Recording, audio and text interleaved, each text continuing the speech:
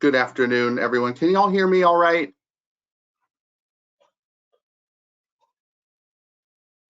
Nobody could speak up loud, but we can hear you. I can hear you loud and clear. You're good to go. Okay, thank you so much. I'm so sorry I'm late. I can't even try to explain what happened, and if I do, we'll just waste more time. So we'll get right to it. Thank you all for being here. Today we're going to be discussing some of the key components of the Inflation Reduction Act. We're going to focus mainly on the tax credits, but there are some other grant programs and other incentive programs that I'm going to touch on as well. Okay, so everything that I'm going to be presenting here is just a snapshot of the current moment. Guidance is continually being developed by the IRS at this time. It could take as much as 18 months before everything is all finalized. So just understand that much of what I'm going to be saying today is based on preliminary guidance or is taken directly from the legislative text, and there may be some slight changes or some additions to the guidance as it's officially released. So that in mind, please consult a tax accountant or expert before trying to pursue any of the tax credits that I describe here today. I'm obviously not a tax expert, but I will do my best. The IRS has identified 3 core principles that they're going to be operating on. The first is robust public engagement. So all the different programs within the IRA, they're going to be brought before a broad spectrum of taxpayers for public comments and information sharing to inform guidance and future rulemaking activities. The second core principle is clarity and certainty. Taxes are very complicated, so we want to be sure that the benefits from the IRA for the climate and the economy can be felt as quickly as possible. And then the third is sound stewardship, putting in place effective guardrails and reporting to ensure that the benefits are being delivered as intended. At the end of the webinar today, we'll do a quick Q&A, and I'll do my best again to answer all of your questions. But if I can't answer any questions today, I'll pass it along to my expert colleagues at the Clean Cities Technical Response Service. They're really good about getting me any answers that I need within 48 hours. Of course, some of your questions may not even have answers yet.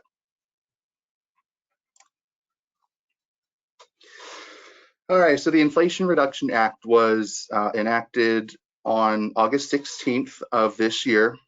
It contains $370 billion in climate and energy investments. That's by far the largest investment into those areas to date. There's tons of incentives related to electric vehicles and alternative fuels more broadly. Probably the most high profile are the tax credits. Previously, since 2009, there have been limited tax credits for electric vehicles, but with the Inflation Reduction Act, it's much more broad. Used vehicles are included, and it's not just light duty, it's medium and heavy duty as well. There's also a clean heavy duty program. That's a grant program that I'll discuss a little bit later. And then there's some programs that are related to environmental justice. That's a huge component of not just the Inflation Reduction Act, but any federal legislation under this administration. Some of y'all are probably familiar with the executive order, calling for the Justice 40 initiative, which mandates that at least 40% of the benefits of federal investments flow to underserved communities. So all the programs contained in the IRA have provisions that ensure that those benefits are felt across the spectrum. I'll also touch a little bit on the greenhouse gas reduction program and then some information about clean ports as well. Okay, so I'm gonna reveal all my secrets right up front. Where can I find any relevant information for the IRA? Any of all the summaries for all the components of that law? Well, there's the Alternative Fuels Data Center, which is really a wealth of all sorts of information, but we'll focus today on those related to laws and incentives. So I've included a couple of screenshots on this slide and then the next couple of slides as well that kind of shows you where on the AFDC some of this information is found. If you notice the yellow boxes, well, first I invite you, if you're able to, on your smartphone, go ahead and follow along at afdc.energy.gov/laws. That way you can kind of familiarize yourself with the webpage if you so desire. But when you get to that page, you'll see 2 yellow boxes there. Just underneath those, there are links to the bipartisan infrastructure law, which I won't talk about today, but then there's also the link to the Inflation Reduction Act. And if you click there, then you can see a sampling of the search results there on the right-hand side of the screen. Anytime there's a new entry or an updated entry, it'll be labeled, it'll be flagged as updated with the date of the most recent update included. And entries are going to be updated as incentives go from the law to actual implementation and launch. Definitely keep checking back to this page over the coming months as these programs get brought to life. The Department of Energy staff maintains the AFDC, and they're constantly updating it as new programs are developed. And there's also several kind of, I call them fringe alt fuel incentives that are in development. That's those programs that aren't explicitly dedicated to EVs or alt fuels, but there might be one of many provisions within that program that allows for the purchase of EVs. So those will be included in those search results as well, not just the main programs.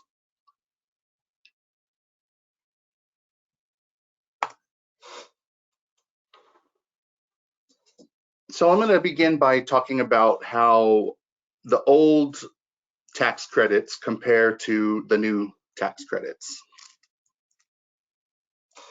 So in 2009, that's when the old EV tax credits began, the Qualified Plug-in Electric Drive Motor Vehicles tax credit. That offered up to $7,500, but it included manufacturing limits, where the more vehicles of a certain make are manufactured, that tax credit amount diminishes over time. So once you sell, X number of units, you don't qualify for that $7,500. You kind of step down gradually until finally that make is no longer eligible for the tax credit. So that includes Tesla was the first one to be eliminated from that because they hit their manufacturer target much earlier. But Chevrolet was excluded. Chrysler, I think, was also excluded. And Toyota, I think, started the ramp down process. Well, when the Inflation Reduction Act was signed, it really kind of ended that program as we knew it at the time.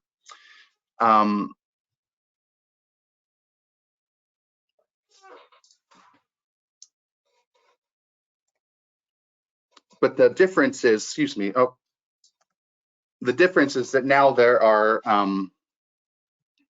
final assembly requirements instituted. So you have to meet a certain threshold of parts manufactured in North America to qualify for that tax credit. And that's one of the big differences between the old program and the new program.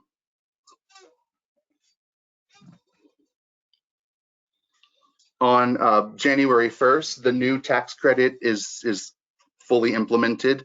It eliminates the manufacturer sales caps that I had mentioned. So Tesla, Chevy, they're going to be eligible through the end of the program in at the end of 2032.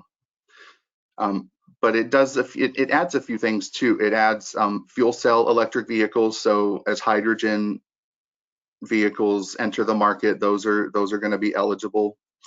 It also adds some MSRP and household income limits as well, and then requires some domestic critical sourcing and battery component manufacturing requirements.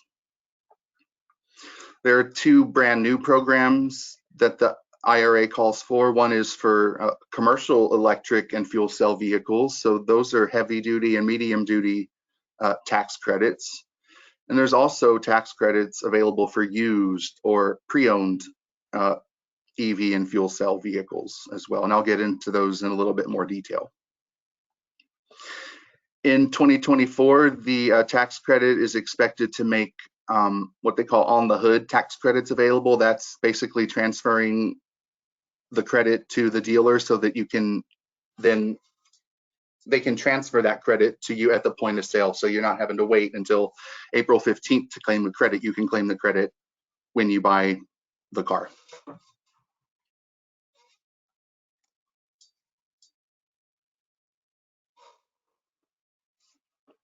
Okay, so as I said before, the old tax credit was up to $7,500. I believe the minimum kilowatt hour capacity was 5. That's been bumped up to 7. The manufacturer sales caps applied. It was after 200,000. Okay, it was once you hit 200,000 vehicles manufactured, then it would start to be phased out. And then the IRS does maintain a list of eligible manufacturers and the incentive amounts for this time period, and those are going to be applicable until the end of 2022, when the new program finally fully takes effect. And just a note, the stuff on the right side, don't think that you have to read that. It's just a screenshot of the Alt Fuel Data Center webpage, just to show you what match what you're looking at.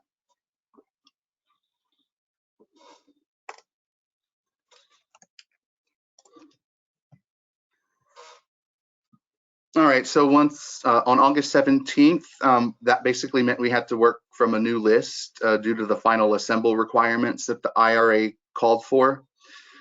A part of that list is shown on the right, but it's not a perfect list. The guidance calls for entering your VIN into the VIN decoder to make absolutely sure that you are adhering to those final assembly requirements.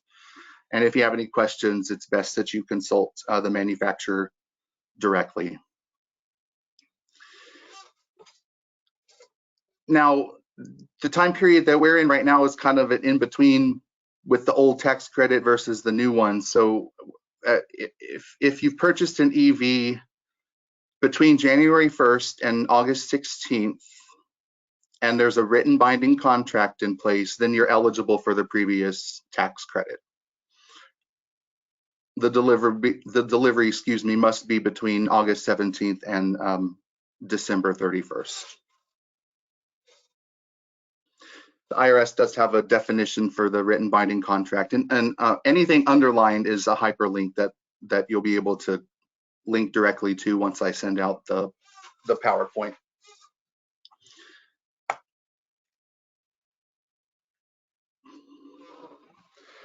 All right, so let's talk about the new tax credit and what exactly that means. So I mentioned some key changes versus the old tax credit. The manufacturer sales caps have been completely removed, so no longer at 200,000 units manufactured do you phase out. The amount of the tax credit is the same, 7,500. At least that's the maximum amount that you're eligible to receive. It's electric vehicles and fuel cell electric vehicles. That also includes plug-in hybrids as well. That was the case, I believe, for the previous tax credit too. The minimum battery capacity requirement increases, as I said before, from 5 kilowatt hours to 7 kilowatt hours. And it establishes MSRP limits and household income limits. And this is, this is related to the Justice 40 initiative. And in terms of why these caps have been implemented. If you're making, over the, well, the idea is that luxury cars, are not really eligible for this. This is meant to benefit, the lower middle income people the most. So those maximum MSRP thresholds are in place. Similarly, there are household income limits also in place. So for joint filers, you're capped at $300,000. If you make more than $300,000 jointly, unfortunately, you're not eligible to claim the tax credit. For single filers, that cap is, of course, $150,000. The amount of the tax credit is also going to be driven, no pun intended, by the critical minerals and battery component requirements that I'll get into on the next slide. And I mentioned before, the program is expected to evolve in 2024 to allow instant rebate tax credits at the time of the vehicle purchase. Notice on the MSRP thresholds that vans, SUVs, and pickup trucks have a bit higher threshold than sedans or all other vehicles at $55,000.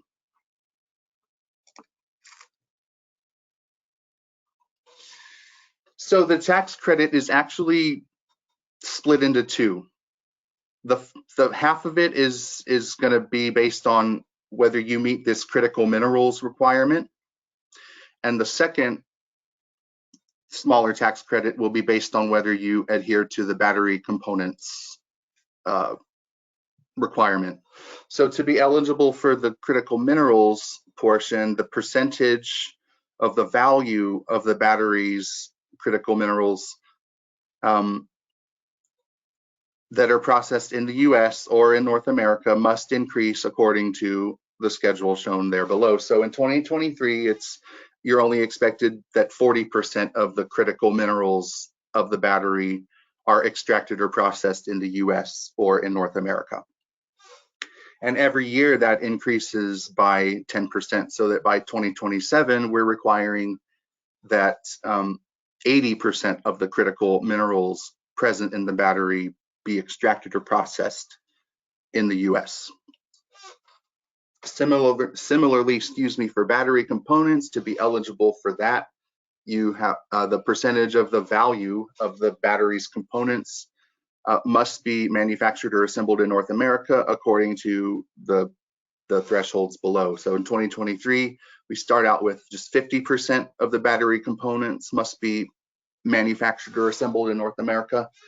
And that actually goes all the way up to 100% by the year 2029 and later. So all of the battery components must be assembled or manufactured in North America by that date. So if your vehicle, say, doesn't meet the critical minerals components, but it does meet the battery components, then you're only going to be getting a $3,750 tax credit. You're not going to get the full $7,500. This does exclude foreign entities of concern. So by 2024, no battery components can be assembled or manufactured from these foreign entities of concern.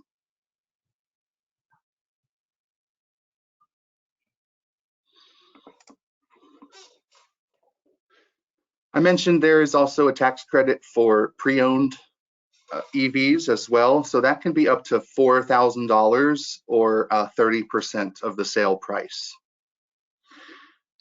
There are two separate eligibility requirements. There's requirements for the vehicle itself, and then there's requirements for the individual trying to claim the credit. So for the vehicle to be eligible, it has to be at least 2 model years old, and the purchase price must be $25,000 or less and sold through a dealer, and you're only allowed 1 tax credit per vehicle. 1 vehicle throughout the life of that vehicle can only have that used tax credit claimed once on it. Of course, you can't continue to resell and resell and resell and claim a bunch of credits. Now for the eligibility of the person is largely based on adjusted gross income, just like the other tax credit as well. Of course, Since these are used vehicles, those thresholds are a bit lower.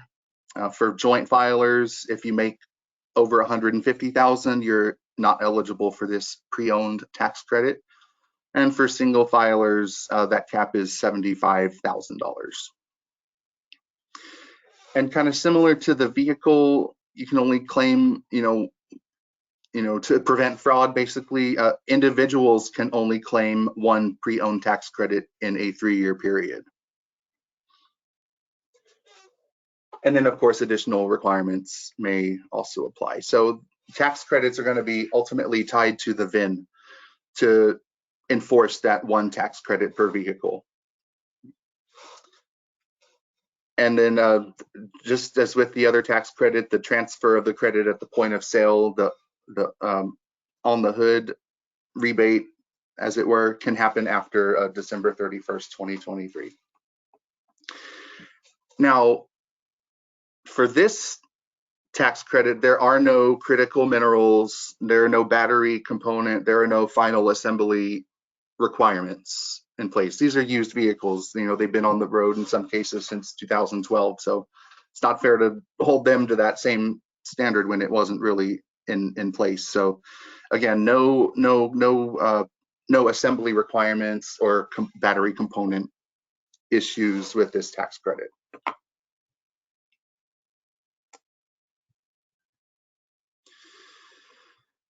So there's also, I always do that. There's also a tax credit for commercial electric and fuel cell vehicles.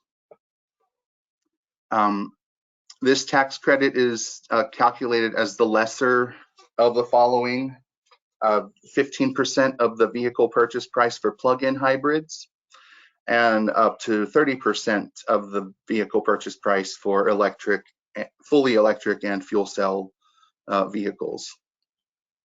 So it's the lesser of either of those two or the incremental cost of the vehicle compared to that vehicle's internal combustion engine equivalent.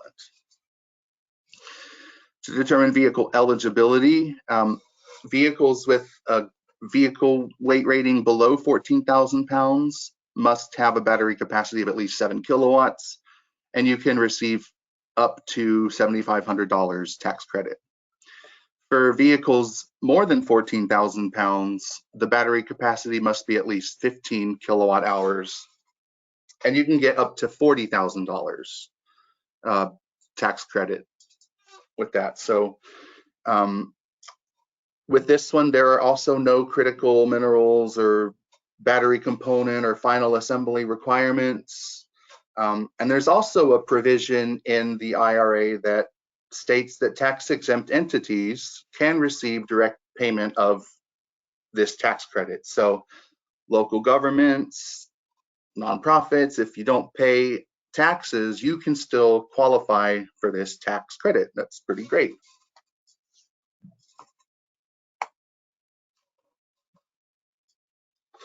So there are also some grants. It's not just tax credits. So let's talk a little bit about what kind of grants are available. So the EPA under the IRA has been tasked with creating a grant program for heavy-duty zero emission vehicles and associated fueling infrastructure in 2023. The award may cover up to 100% of total project costs. And the eligible projects are class 6 or 7 EVs, capital installation, operation and maintenance costs of any charging infrastructure. It also covers workforce development and training programs. That's going to be super important with all this new technology, hitting the pavement. We need people to be able to work on it. Otherwise, it's just going to fall into disrepair and it'll be a giant failure. So it's really, really crucial that the workforce development and training is just as robust as the deployment of the infrastructure itself. And then these grants will also cover planning and technical activities to support adoption and deployment.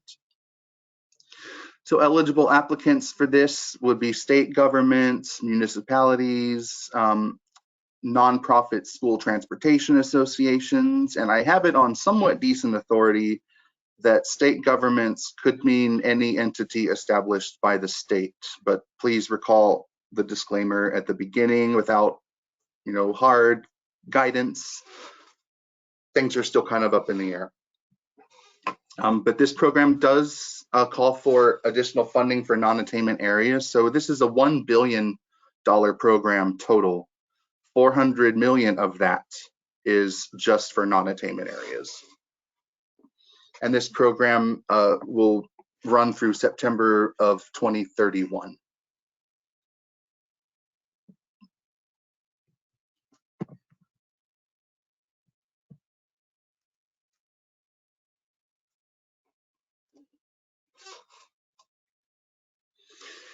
So I mentioned alt fuels. There are some tax credits for alt fuels. There have been tax credits on the books for several years for alt fuels, but these are also being kind of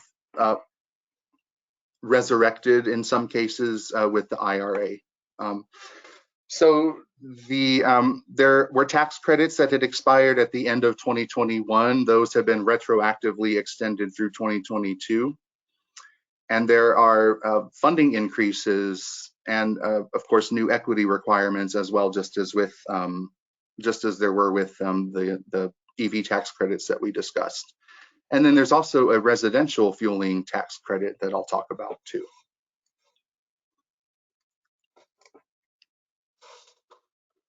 All right, so we have the alt fuel infrastructure tax credit that begins on January 1st.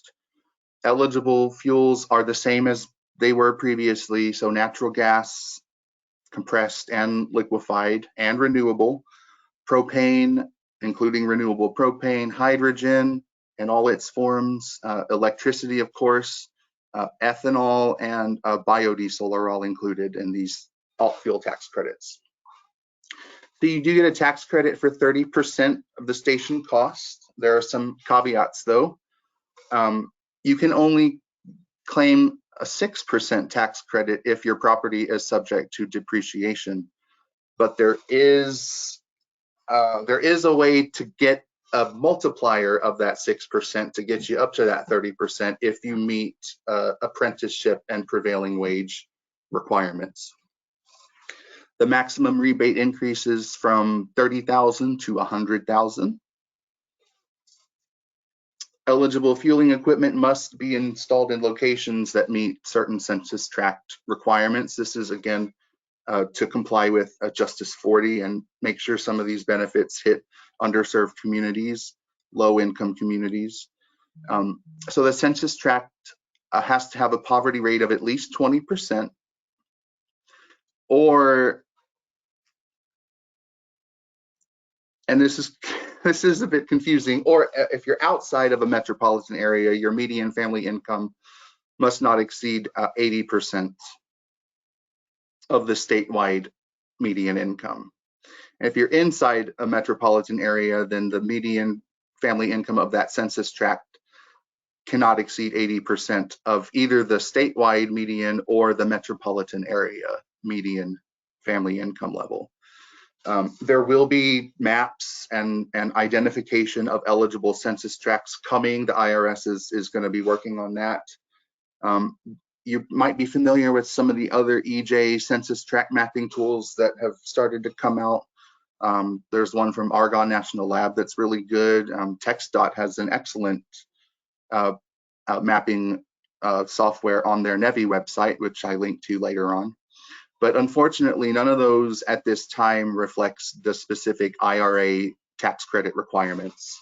Of course, if you have a skilled GIS team, you could probably just make a map yourself. I mentioned apprenticeship and prevailing wage requirements. Those are going to be necessary. And then there's a residential fueling tax credit. You can get up to $1,000 tax credit on your home level 2 EV charger, 30% or up to $1,000. I mentioned that depreciation projects, if they satisfy wage and apprenticeships, they can get a 5 times multiplier, increasing their 6% to 30%. And then in the case of this, in the case of these tax credits, the definition of a project means a project consisting of one or more properties that are part of a single project. So are there any other tax credits that are available, especially for non-EVs? Those don't get talked about a whole lot. So there are some retroactively extended tax credits. All the ones listed on this page have been extended through the end of 2024. They include 2 tax credits for alternative fuels and then 2 tax credits specifically for biodiesel.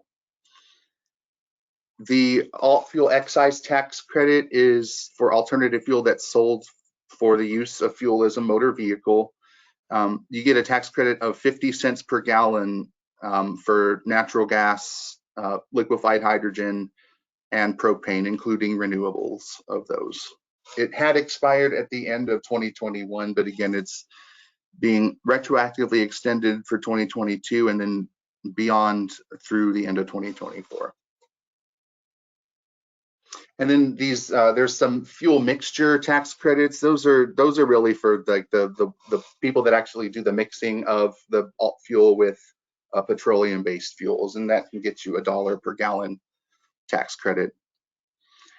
And then the biodiesel is for those who deliver pure B100 into the tank of a vehicle, or if they use B100 as an on-road fuel in their trade or business. You can get a $1 per gallon credit on that.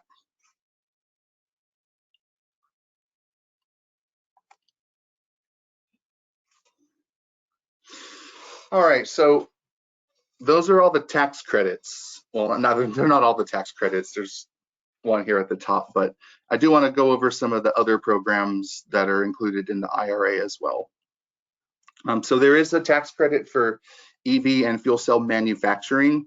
So it's, when we have, the feds have these, battery materials and critical material sourcing requirements. It's really important that we, have more domestic manufacturing of these components to make it much easier to claim these credits. So included in the IRA are several programs dedicated to shoring up domestic manufacturing of charging infrastructure and zero emission vehicles. So you can get a 30% tax credit for projects that expand or establish certain manufacturing facilities that are dedicated to the production or recycling of light, medium, and heavy duty EVs and charging infrastructure.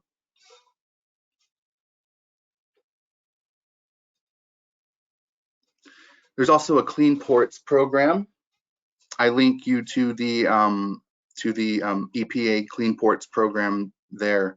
But this is a $3 billion program, and it's for competitive grants to purchase or install zero emission port equipment and to help ports develop climate action plans to reduce air pollutants. Eligible applicants for these programs are going to be port authorities, and that does include inland ports, so Port SA should be included in that. But state and local governments can apply, air pollution control districts, and any private entities that own, operate, or use the port for their operations. And additional funding will be available for projects located in non-attainment areas. Now, there is a listening session next Monday, December 6th from 12 to 2 local time. I encourage those that are interested to register for that webinar. I'm going to be joining it myself. These sessions are going to be basically a brief overview of the legislation, and it'll be interactive. Whether you work at a port or you're just interested in helping ports, definitely come to share any feedback that you have. They're going to be looking for feedback on what types of technologies would be most critical to get us, these emission reductions. What are some of the biggest hurdles to electrification at ports? How can it maybe complement other programs that are out there, and how would you like to see, how would we like to see the funding kind of distributed, whether we want to focus more on the climate action plans or the actual implementation of the technology. So those are all things that still have to be worked out. And as I mentioned, the IRS is wanting plenty of public feedback. The EPA is wanting that too. So if you have feedback to share, definitely sign up to register for that listening session.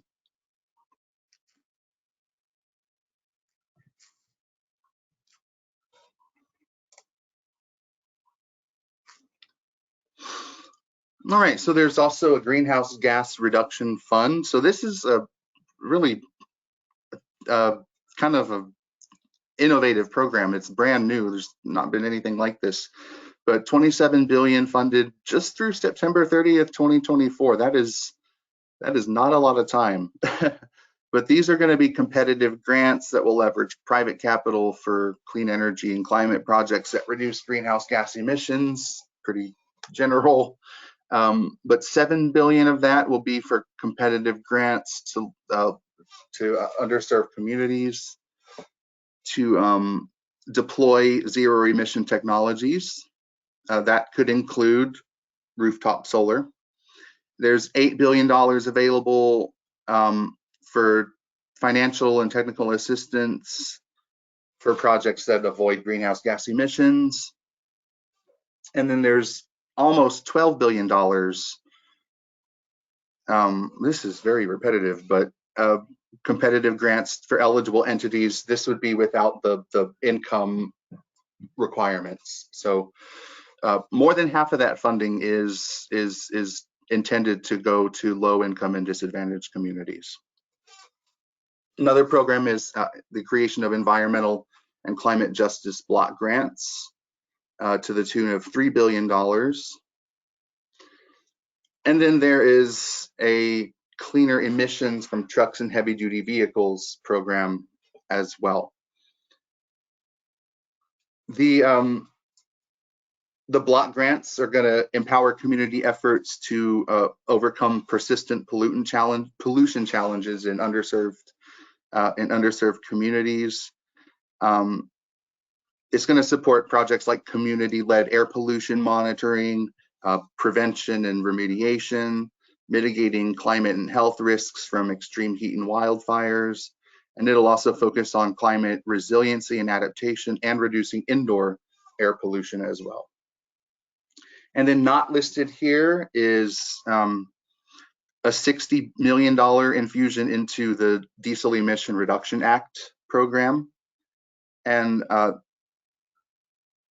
there are some surface transportation improvement programs that may have EV or alt fuel infrastructure components, but that remains to be seen. There's a neighborhood access and equity grant program with nearly $2 billion that's intended to mitigate impacts resulting from a facility in a disadvantaged community and activities to reduce surface transportation related greenhouse gas emissions. So the facility thing, may make it open to, say, public transportation electrification. It's possible. So again, it's not quite certain yet, but based on the reading of the legislation, that possibility exists.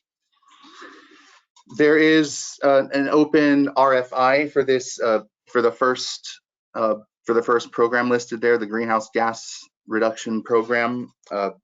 RFI responses, you can I link you to the RFI there at the bottom, but those responses are due by December 5th of this year.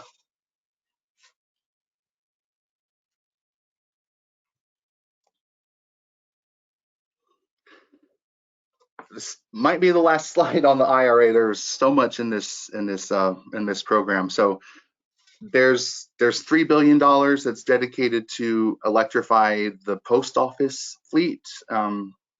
Some of that's for vehicles, some of that's for infrastructure. So there's nothing we need to do for that. That's going to be the feds are going to be taking care of that. There's advanced technology vehicle manufacturing program funded at $3 billion. Domestic manufacturing program for $2 billion. Again, a lot of a lot of assistance to make sure that the deployment of this infrastructure is not only smooth, but it benefits domestic manufacturing as well.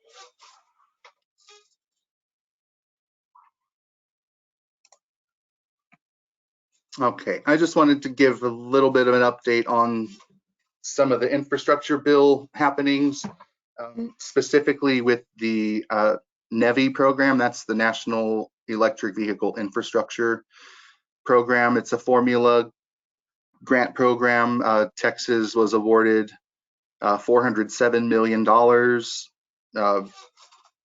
to develop fast charging infrastructure along electric vehicle corridors. In the last week or so, also the Texas plan was approved by the FHWA back in September, I believe. But just this last week, TxDOT has released some additional information. So they're going to be developing a competitive grant program to administer that $407 million federal funding. And so they've released recently a draft request for grant applications. I encourage y'all to take a look at that. It's linked at the bottom of this slide, the NEVI RFGA.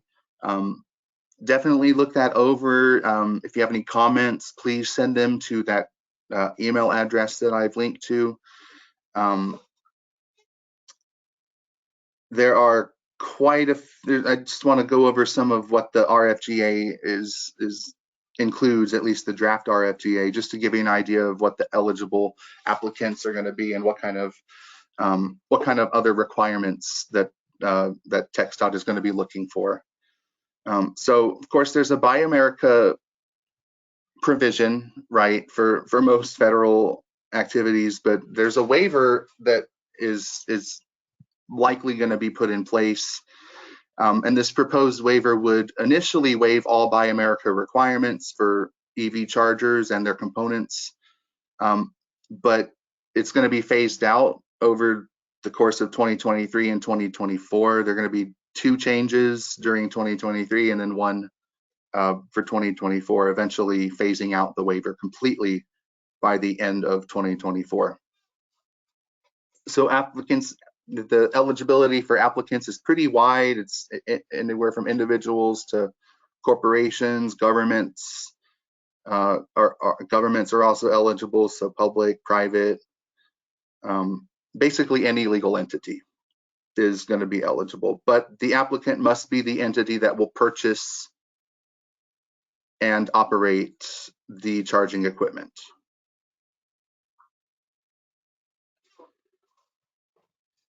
Eligible expenses are going to be those, of course, directly connected to the purchase, installation, operation, and maintenance of the charging infrastructure.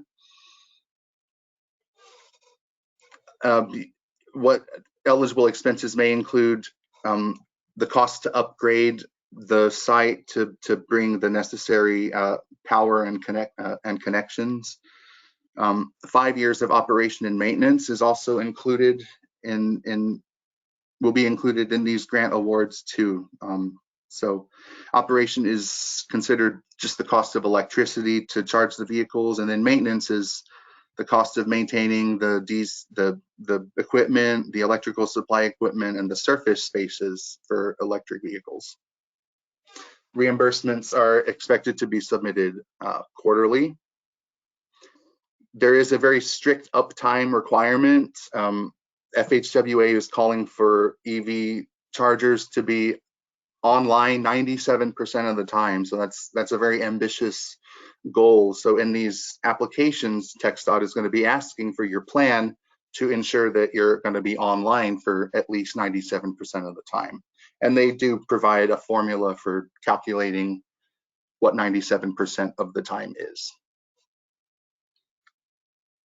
And I'm seeing it's a little bit after 3, so I'm going to try to wrap this up. I think pretty much my last slide. The contract time frame is expected to be 5 years. Applicants are going to have to demonstrate that they have a training and certification plan in place to make sure that they can actually, the equipment can actually be repaired when it goes down. And there has to be a cybersecurity plan to protect equipment and user data. One of the requirements for this program is a wealth of data to be provided to, better assess, uptime and what have you. So we need to have cybersecurity measures in place. With all that data going out, we need to make sure that it's secure. The more amenities you have, generally the higher score that you're going to get. So included on the TxDOT's EV planning webpage is the draft request for grant applications, but also a draft application, a scoring worksheet, a site host verification form, and then an environmental clearance form. And then I mentioned the Buy America waiver. So if you want to provide comments on the RFGA, I encourage you to take a look. It's linked there on the third link. Those comments are going to be due by December 16th of this year. And I think that covers most everything. Okay, so now we can do some questions. I'll try to answer them to the best of my ability. I think, let me try to figure this out. Okay, I actually can't see who's attending. Hey, Lau, I have a list of attendees right now, but I don't see anything coming up in the question tab, and I don't see any hands up as of yet.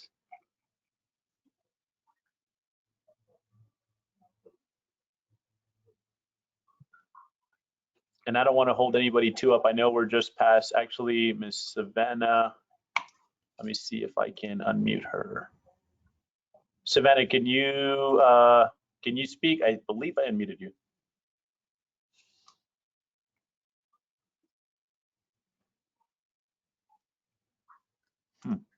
I'm not hearing her. No luck.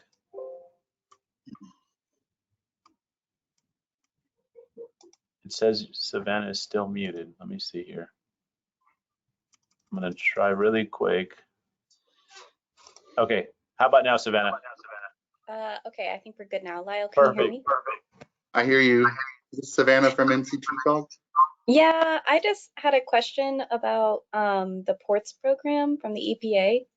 Yes. How did you confirm it was inland as well? Because we've asked several times and they haven't responded to us. So I was just wondering if we missed something and when that was confirmed. Okay. So I heard that yesterday. Was it yesterday? Yesterday, okay. From Electrification Coalition. Got it. Okay, I might follow up with them and see how they confirm that, because I couldn't find it in the IRA. Doesn't mean it wasn't in there. I might have missed it, but I just wanted to figure out if you guys had heard anything from the EPA or where you heard that from. No, yeah, that's not. It wasn't from the EPA, but I'm glad you asked, because I'm going to do the same thing. I'm going to try to get a confirmation of that. Okay, great. Yeah, let us know if you hear anything different. Okay. Thank you. Thanks. Lau, I don't see anything else, or anybody else, I should say, but we have Lau's contact information here on the screen, and his number and email. If you have any questions, obviously feel free to reach out. And I know we started a little bit late. We did have a couple of more registrants that I saw who were actually attending, so they may have hopped off early. So what we'll do is get a recording of this and send it out to anybody who attended, so you can watch it at your leisure, and obviously reach out with any questions moving forward. But I'll turn it back over to you, Lau, to kind of close it up. And if you have anything else, we can end it. Okay, yeah, I'm gonna send a PDF of this presentation to everyone who registered. So I apologize for the late start. I was in a room all by myself until nearly 2:15. And I called Miguel. It's like, what's going on? So Thank you, Miguel, for bringing me to the right room. Hello. The beauty of our new normal. No, thank you. Okay, so yeah, look for the PDF of the PowerPoint to go out, and if there are no other questions, we can wrap it up. Thanks, Lau.